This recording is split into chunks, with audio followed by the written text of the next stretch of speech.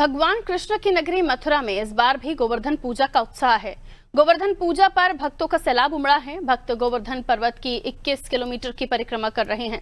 हरे कृष्णा के जयकारे के साथ आगे बढ़ रहे हैं। दोपहर तक 3 लाख श्रद्धालु परिक्रमा कर चुके हैं। देश के अलग अलग राज्यों के अलावा अमेरिका, जर्मनी से भी भक्त पहुंचे हैं। विदेशी महिलाएं भी ढोल नगाड़ों और मंजीरे पर डांस कर रही हैं।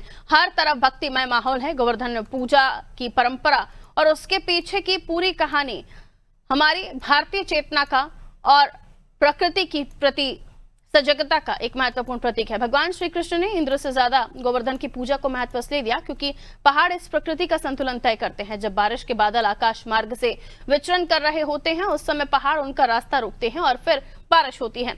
ये वैज्ञानिक तथ्य है और इसी वैज्ञानिक तथ्य की वजह से भगवान श्री कृष्ण ने लोगों से कहा कि पूजा गोवर्धन की करो, पर्वत की करो, इंद्र की नहीं, व्यक्ति नहीं, प्रकृति की पूजा करो। आज गोवर्धन पूजन की ये समृद्ध परंपरा भारत के घर घर का अनुष्ठान बन चुकी है, लेकिन इस पूजा के पीछे जो संदेश है वो संदेश भी समझने की जरूरत है।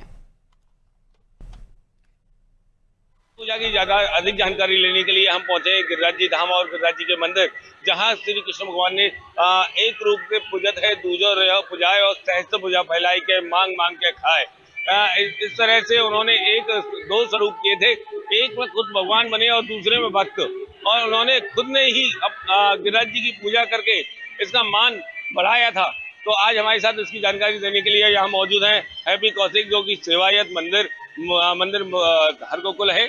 आज वो जानकारी देंगे हमको कि क्या नाम है आपका? मेरा नाम हैप्पी कौशिक है। कौशिक जी, यहाँ पे जो गिरिराज पूजा होती है ये कब से शुरू हुई और कैसे शुरू हुई? ये हजारों वर्ष पहले शुरू हुई है भगवान की गिरिराज पूजा। जब इंद्र का मान भंग किया भगवान ने, तो भगवान बोले, हे मैया, ये 56 भोग किसके लिए बनाते हैं? तो ब्रजवासी बोले कि लाला, ये 56 भोग इंद्र के लिए बनाते हैं। इंद्र हमारे लिए बारिश करता है, अन्न का पैदा होता है। तो भगवान बोले ना, ये 56 भोग हम गोवर्धन महाराज के लिए बनाएंगे। गोवर्धन महाराज हमारी गायों का पालन करते हैं, हमारा पालन करते हैं। तो इंद्र को गुस्सा हो गया, इंद्र को क्रोध हो गया। इंद्र बोला कि ये ऐसा कौन आ गया? तो जब कहते ना, कछु माखन को बल बड़ो, कछु गोपन करी सहाय, और श्री राधे जू की भाई कृपा यानी गिरबर लिए उठाए। तो लाला ने 56 भोग बनाया और गिरबर उठाया। तो इंद्र देख गया, तो भोग लगा भगवान का। तो जब कहना एक रूप से पूजते, दूधो रहे पूजाए, श्रेष्ठ पूजा फैला के मांग मांग के खाए। इसी त्योहार को ब्रजवासी बड़े उत्सव, बड़े हिसाब से बनाते हैं और यहाँ बड़े बड़े करोड़ों लोग आते हैं, भगवान का पूजन करते हैं। ये कहा जाता है कृष्ण भगवान के इस पूजा से क्रोधित होकर इंद्रदेव ने 7 दिन 7 रात बरसात की थी और सब ब्रज को डुबाने का निर्णय भी लिया था। क्या कुछ मामला ये? जब भगवान ने पर्वत उठाया, जब इंद्र बारिश कर रहा था, तो भगवान ने ब्रज को बचाया और पर्वत उठा के इंद्र की तरफ मुस्कुराते रहे। वो कहते रहे कि तू देखा तेरी पावर कितनी है।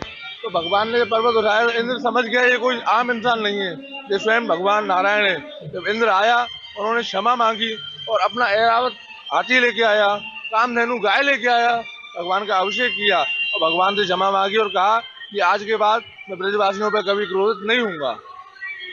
अभी आपको पूरी जानकारी देते हुए यहाँ जो हमारे साथ सेवायत हैप्पी कौशिक जी है, उन्होंने बताया कि इंद्र ने यहाँ माफी मांगकर सभी को कृष्ण भगवान से वादा किया था कि मैं कभी ब्रजवासियों और ब्रज पर कभी क्रोधित नहीं होऊंगा।